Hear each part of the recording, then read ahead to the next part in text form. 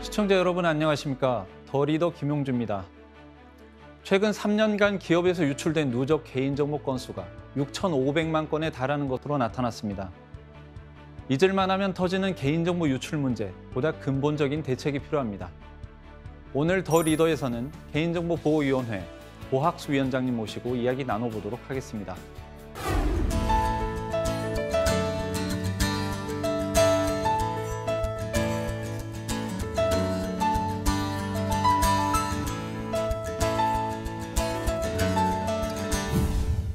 바쁘신 가운데 출연해 주셔서 고맙습니다. 시청자들을 위해 개인정보보호위원회가 어떤 곳인지 소개 부탁드립니다. 예, 많은 국민들이 이해를 하고 계실 건데요. 개인정보라고 하는 것이 너무너무 중요하다는 생각들, 그런 공감대가 모아지면서 2020년 8월에 실질적으로 새로 출범한 장관급 중앙행정기관입니다. 뭐 쉽게 비교해서 말씀을 드리면 금융 영역에 금융위원회가 있고 방송통신 영역에 방송통신위원회가 있는 것과 마찬가지로 개인정보 영역에 있어서는 전문성을 가진 개인정보보호위원회가 있는 것이고요. 그전 2020년 이전에는 행정위원회로 존재를 하다가 2020년 8월에 장관급 중앙행정기관이 되어서 이제 본격적인 활동을 시작했고요. 지금 이제 3년여 지났는데 이제 정책을 만드는 역할, 또 그렇게 정책을 만든 후에 법을 집행하는 역할, 그래서 실제로 조사 처분하기도 하고, 최근 들어서는 국내 기업들, 해외 기업들, 그래서 조사해서 처분하기도 하고, 계도하기도 하고, 홍보하기도 하고, 그런 다양한 역할을 수행하고 있습니다. 그리고 올 들어서는 인공지능이 크게 부각되면서 인공지능 관련된 또 업무가 크게 늘어나고 있기도 하고, 국내는 물론 해외와 협조하는 이제 그런 역할, 점점 이제 많은 역할을 하고 있습니다. 위원장을 맡으신 지 1년이 지났습니다. 취임 1주년 소감과 함께 대표적인 성과에 대해 얘기해 주시죠. 예, 말씀하신 대로 지금 1년 정도 시간이 지났는데요. 최근 몇 년 사이에 디지털 전환, 데이터 시대 뭐 이런 얘기들을 많이 하고 있었고, 그런 와중에 이제 위원장이 되면서 굉장히 어깨가 무겁다라는 생각을 했었고요. 제가 위원장이 되자마자 또 곧바로 챗 GPT가 출시가 되면서 AI 시대의 본격적인 출범을 알리는 계기로 작동을 한 것 같습니다. 그래서 그런 점에서 굉장히 데이터와 관련된 굉장히 많은 변화가 이루어지고 있는 그런 시기에 위원장 역할을 맡게 되면서 굉장히 막중한 책임감을 느끼는 동시에 또 제가 맡은 역할을 충실히 잘 이행을 해야 되겠다라는 다짐을 하는 계기로 작동을 하기도 했고요. 구체적인 성과라고 하면 우리 위원회 내부적으로는 올 초에 개인정보보호법이 큰 폭으로 개정이 됐습니다. 거의 법을 새로 만드는 것과 다름없는 수준의 큰 폭의 개정이 있었는데요.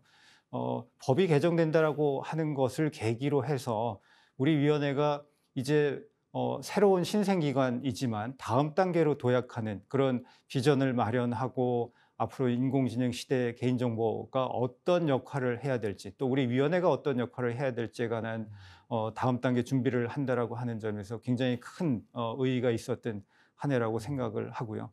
법 자체의 개정은 3월 달에 있었는데 법 후속 작업, 개정 후속 작업도 실무적으로 하지만 동시에 정책 방향을 만들어서 제시하는 그런 작업들을 지난 3, 4개월 동안에 꾸준하게 진행해 오고 있는 중입니다. 9월 15일부터 전면 개정된 개인정보보호법이 시행되었습니다. 어떤 내용이 바뀌었나요? 가장 크게는 기존 법은 사실은 법을 들여다본 분들은 아시겠습니다만 마치 세상에 온라인 세상이 따로 있고 오프라인 세상이 따로 있는 것 같이 두 개의 세상이 따로 있는 것 같은 법 구조를 가지고 있었는데, 이번에 법이 개정되면서 그런 온라인, 오프라인의 어떤 자기적인 구분이 아니라 하나의 세상이라고 하는 것을 이제 명확하게 밝혔다라고 하는 큰 틀의 변화가 있었고요. 그리고 그 이외에 굉장히 다양한 여러 가지 변화가 있습니다.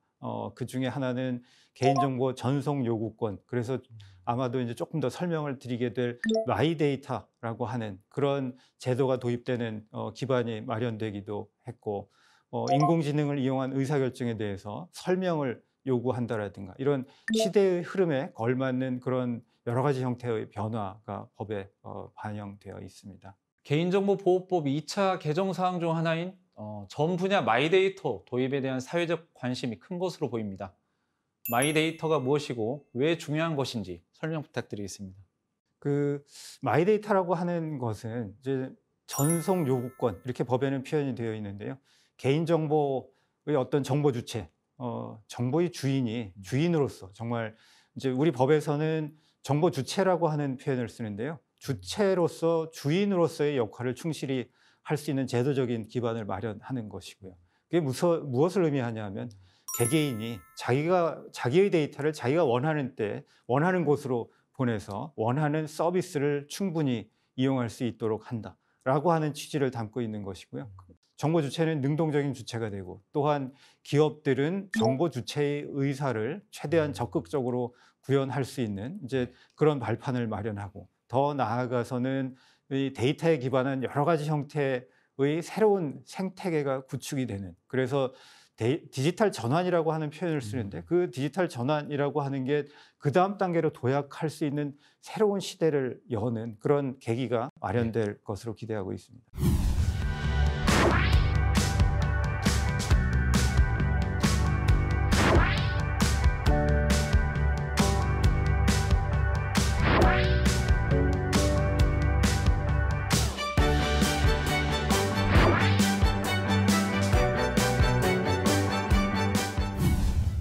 계속해서 마이데이터 사업과 개인정보에 대해 알아보겠습니다. 전 분야 마이데이터가 도입되면 국민 개인의 일상에 어떤 변화가 생길지, 사회 경제적으로 어떤 영향이 있을지 설명해 주시죠. 장기적으로는 굉장히 다양한 이제 변화가 이루어질 텐데요. 네. 그 변화의 단초가 될 만한 거 한 2개 정도만 예시를 들어서 이제 말씀을 드리겠는데, 이제 한 가지 예를 들면 이제 제가 직접 겪은 건데요. 예.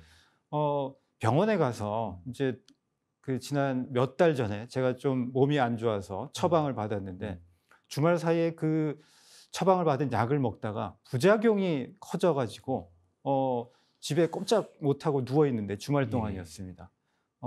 이제 두통이 있고 열이 나고 하는데 그 시점에 제가 처방에는 포함되어 있지 않은 진통제를 먹어도 될지, 집에 진통제가 2가지가 있는데 예. 둘 중에 어떤 거를 먹어도 될지 이런 거에 관해서 일반인인 저로서는 이제 판단이 서지 않는데, 이제 왜냐하면 보통 이제 약물을 먹었다가 또 다른 약물을 먹었을 때 서로 2가지 다른 약물 사이에 어떤 복잡한 어떤 문제의 가능성은 없는지 뭐 이런 걸 이제 파악하기가 어려우니까요. 근데 약물 처방 이력에 관해서 파악을 개개인이 필요할 때 할 수 있고 또 그 약물과 부작용이 나타날 수 있는 다른 약물은 어떤 것이 있는지 이런 걸 개개인이 필요할 때 어렵지 않게 파악을 할 수 있다면 그런 상황에서 굉장히 큰 도움이 될 수 있을 것이고요. 그게 한 가지 예시가 될 거고, 또 한 가지 예시를 들어보자면 이제 장애인들이 일상생활 여러 가지 생활을 하면서 국가로부터 혜택 또는 다른 기업으로부터 혜택을 받는 그런 상황들이 종종 있습니다. 한 가지 구체적인 예를 들자면 제가 이동이 불편한 장애인인데 놀이공원을 간다라고 생각을 하면 놀이공원 현장에 가서 그 현장에서 내가 혜택을 받기 위해서 줄을 서서 기다리고 한다라는 게 특히나 장애인 입장에서는 굉장히 부담스러운 과정이 될 것인데, 마이데이터 제도를 통해서 집에서 출발하기 전에 자기에 관한 데이터를 놀이공원 쪽에 미리 보내서 나는 혜택을 받을 대상자입니다라는 걸 미리 알려주면 현장에 가서 오랫동안 줄 서는 그런 번거로움을 줄여줄 수 있는, 그래서 그런 식의 실제 일상생활을 훨씬 더 편리하게 해줄 수 있는 그런 예시들이 이제 여러 가지가 있을 수 있을 것이고요. 저희는 그런 예시가 될 수 있는 사업들을 발굴하고 이제 장차 그런 여러 가지 사업들이 여러 가지 영역에서 일반화되고 다양하게 나타날 수 있는 이제 그런 방법들, 또 제도적인 또 기술적인 인프라를 마련해가는 이제 그런 노력을 기울이려고 이제 준비를 하고 있습니다.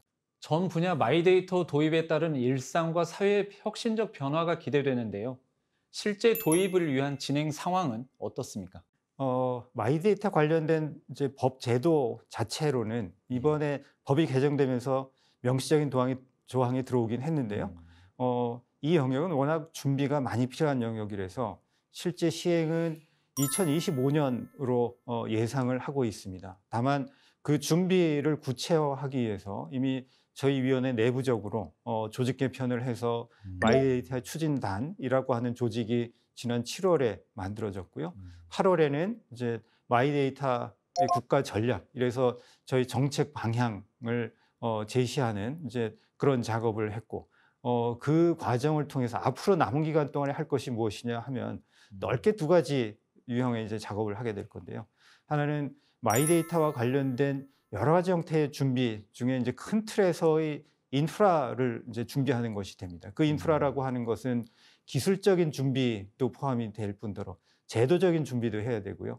또 관심이 있는 여러 이해관계자들 사이에 어떤 영역에서 어떤 식의 마이데이터 제도를 구현할 것인지, 또 어떤 데이터를 주고받도록 할 것인지 표준화, 약정을 정하는 이제 그런 유형의 통칭해서 이제 인프라라고 제가 말씀드리는 그런 작업을 하게 되고, 또 다른 유형의 작업은 제가 좀 전에 두 가지 예시를 들었었는데, 그런 구체적인 선도 서비스를 발굴을 해서 국민들이 체감하고 국민들이 실제로 편리함을 느낄 수 있는 그런 서비스가 어떤 것이 될지, 그런 서비스를 개발을 해서 구현을 해보고, 그러면서 어떻게 도움이 될지, 또 실제로 구현하는 과정에서 우리가 개선할 사항, 준비를 조금 더 꼼꼼하게 해야 할 사항들은 어떤 것이 있는지, 이제 그런 걸 준비하는, 말하자면 그런 투 트랙으로 이제 준비해 가는 과정이 앞으로 이제 내년까지 진행될 예정입니다. 네. 올해 최고의 이슈 중 하나이고 앞으로는 더 큰 관심이 모아질 것으로 보이는 인공지능에도 개인정보가 크게 관련이 있다는데 어떤 이야기인지 설명 부탁드립니다. 인공지능 AI 개발을 위해서는 제가 보는 관점에서는 넓게 세 가지 요소가 필요한데요. 첫 번째는 데이터입니다. 데이터가 중요하다고 다들 인식을 하고 계실 건데, 데이터 중에서도 개인정보가 특히 중요한 요소로 작용을 하고요. 두 번째는 GPU, 이런 프로세서로 대변이 되는 이제 전산 역량이 되겠고요. 세 번째는 인적 자원이 될 겁니다. 인적 자원은 역량이 있는 사람에 관한 것도 있지만, 그 사람이 실제로 계속 모델 개발을 하고 시행착오를 겪으면서 경험을 쌓고 노하우를 축적하고 그런 과정이 되겠습니다. 그런 노하우를 축적하는 과정에서도 결국은 데이터를 가지고 이런저런 시도를 하는 것이 이제 포함이 될 것이고요. 그렇게 보면 전상 역량을 뺀 데이터 자체, 또는 데이터를 가지고 이런저런 시도를 하면서 시행착오를 겪고 노하우를 축적해가는 과정, 그게 결국은 다 이제 개인정보와 밀접한 관련이 있다고 이제 봐야 할 것이고요. 그래서 그와 관련된 여러 가지 새로운 이슈들이 이제 나타나고 있습니다. 그래서 기존의 개인정보를 동의를 받고 수집하고 이용해 오던 어떤 재래의 패러다임으로부터 AI 시대에는 또 새로운 과제들이 산발적으로 계속해서 나오고 있고, 기업들이 데이터를 어떤 식으로 AI 맥락에서 어떤 식으로 수집하고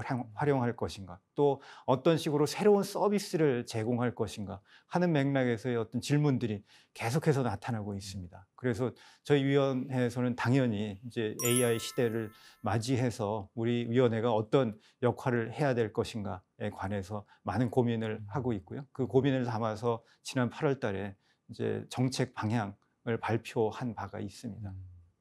현재 전 세계적으로 주목받고 있는 AI 기술과 개인정보에 대한 정책 방향이라면 많은 분들이 궁금해하실 것 같은데요.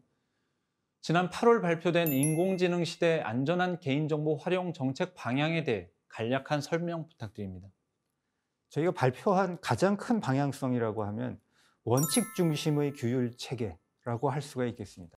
그 원칙 기반의 규율 체계가 작동을 제대로 하기 위해서는 이 원칙을 개별 상황에 어떤 식으로 적용하고 응용할 것인지 하는 것이 또 이제 분명해져야 되기 때문에 저희가 AI 전담 팀을 구성을 했지만, 그와 동시에 이제 사전 적정성 제도라고 하는 제도를 새로 고안을 해서 AI 관련해서 실제 현장에서 고민하는 하고 또는 불확실성이나 불안감을 느끼는 사안들이 있으면 이 사전 적정성 제도를 통해서 어떤 점에서 불안감을 느끼는 것인지, 어떤 점에서 법 위반 요소가 있는지 없는지, 만약에 불안을 느끼는 것이 있을 때 안전 조치를 하면 괜찮을 것인지, 그러면 그런 안전 조치를 전제로 해서 법을 충족한 것으로 간주하겠다. 뭐 이런 식의 제도를 구상을 한 것이고요. 그래서 사전 적정성 제도라고 하는 것이 한 축은 원칙 중심의 규율 체계로 가겠다.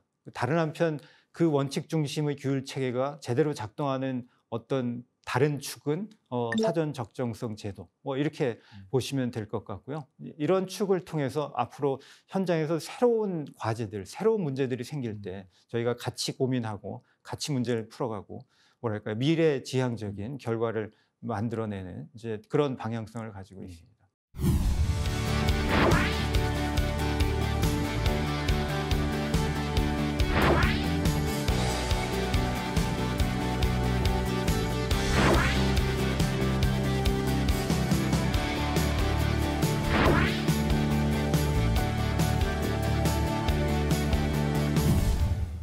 이번에는 글로벌 정책과 향후 계획에 대해 알아보겠습니다.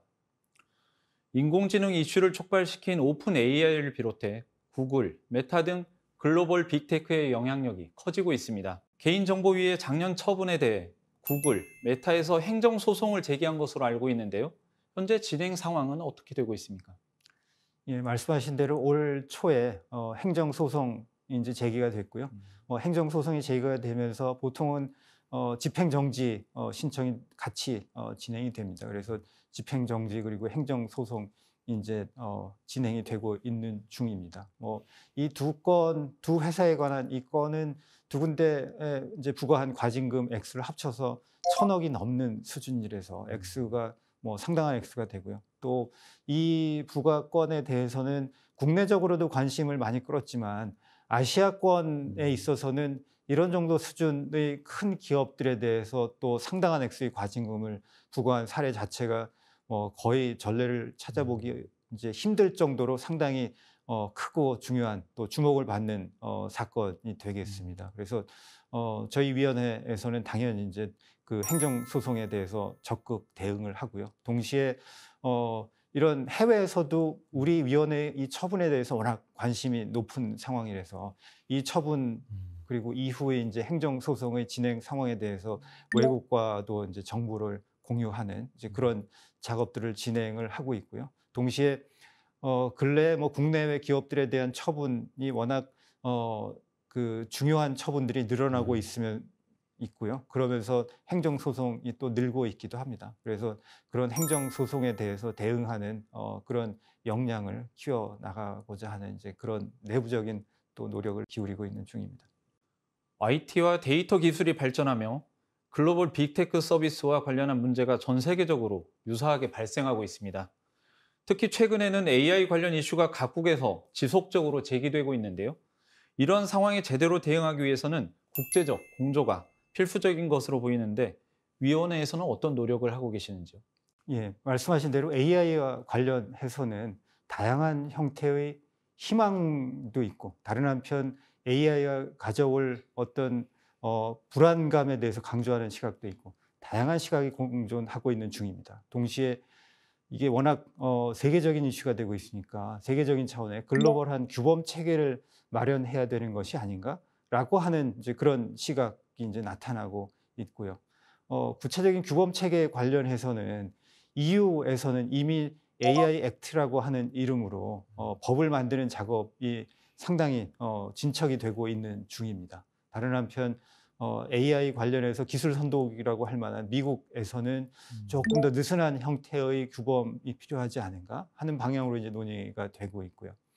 우리나라는 미국과 EU 그런 사이에서 나름의 새로운 길을 찾아갈 기회가 열리고 있기도 하고요. 다른 한편 국제적으로는 그런 주요 국가들 사이에서 일종의 중재자 역할을 할 수도 있는 그런 틈이 보이고 있기도 합니다. 그래서 저희가 그런 기회라고 할 만한 것을 느낀 직접적인 계기 중에 하나는 올해 6월 달에 서울에서 AI 데이터에 관한 국제 컨퍼런스를 열었습니다. 국제회의를 열었는데 그 국제회의에서는 데이터에 관해서 규제 감독 권한을 가지고 있는 주요 국가들의 기관장들이 이제 같이 오셨고요. OECD 또 EU에서도 이제 참석자들이 있었는데 그 참석자들의 견해 또 그분들이 우리나라를 바라보는 시각을 통해서 한국이 정말 중요하고 이분들이 한국을 중요하게 생각하는구나라는 걸 깨닫는 그런 계기로도 작동을 했고요.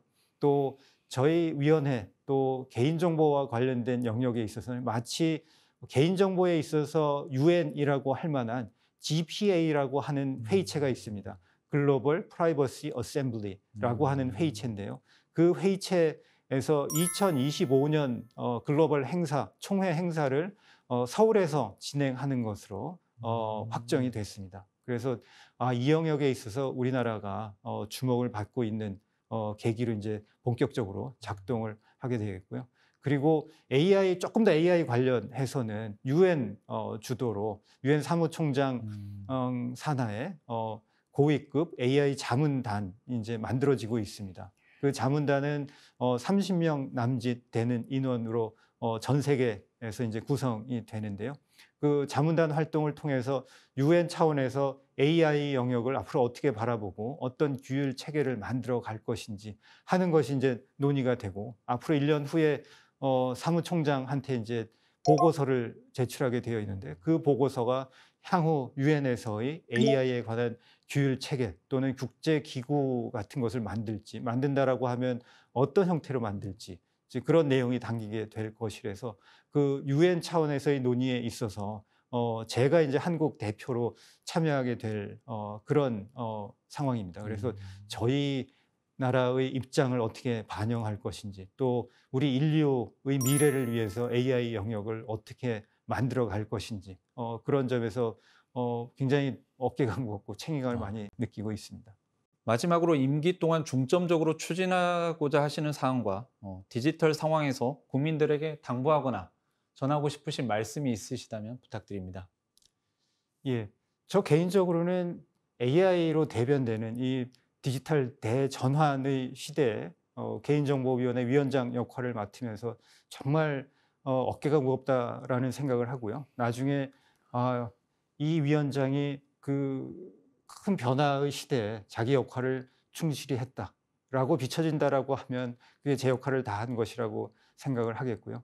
좀 구체적으로는 올해 또 내년 사이에 이제 중점적으로 관심을 가지는 영역은 AI 프라이버시 팀. 그래서 AI와 관련된 저희 위원회의 정책 방향을 구체화하는 그런 작업이 하나가 되겠고 또 하나는 마이데이터 제도를 이제 2025년에 본격 시행에 앞서서 그 준비하는 과정 그 두 가지 영역이 저희 위원회 내부적으로는 전반적으로 관심을 많이 기울이게 되는 그런 영역이 될 것 같습니다. 그리고 국민 여러분들께 드리는 메시지라고 하면 많은 분들이 이제 개인정보가 너무나 중요하다. 그리고 데이터가 중요하다라는 인식들은 하고 계실 텐데 그런 그 인식에 걸맞는 책임감도 가지고 또한 이해도도 높이고 영어로 리터러시라는 말을 이제 종종 쓰는데요. 그래서 리터러시를 높이고 이해도를 높이면서 정보의 어떤 주인으로서 통제권을 훨씬 더 적극적으로 행사할 수 있는 이제 그런 노력을 또 기울일 필요도 있다. 그리고 기업들도 마찬가지로 개인정보를 적극적으로 활용하기 위해서는 개인정보에 대한 어떤 안전장치 이런 것들에 대해서도 동시에 훨씬 많은 투자와 공을 들일 필요가 있고 그런 많은 투자와 관심이 전제되고 병행되어야 데이터를 활용할 수 있는 그런 기반이 같이 마련될 수 있을 것이다. 그래서 국민들로부터 신뢰를 잘 얻어야 활용도 할 수 있다. 그래서 신뢰를 어떻게 얻을 수 있을 것인지에 대해서 훨씬 더 많은 관심이 필요한 그런 시대가 되고 있다. 그런 당부의 말씀을 드리겠습니다.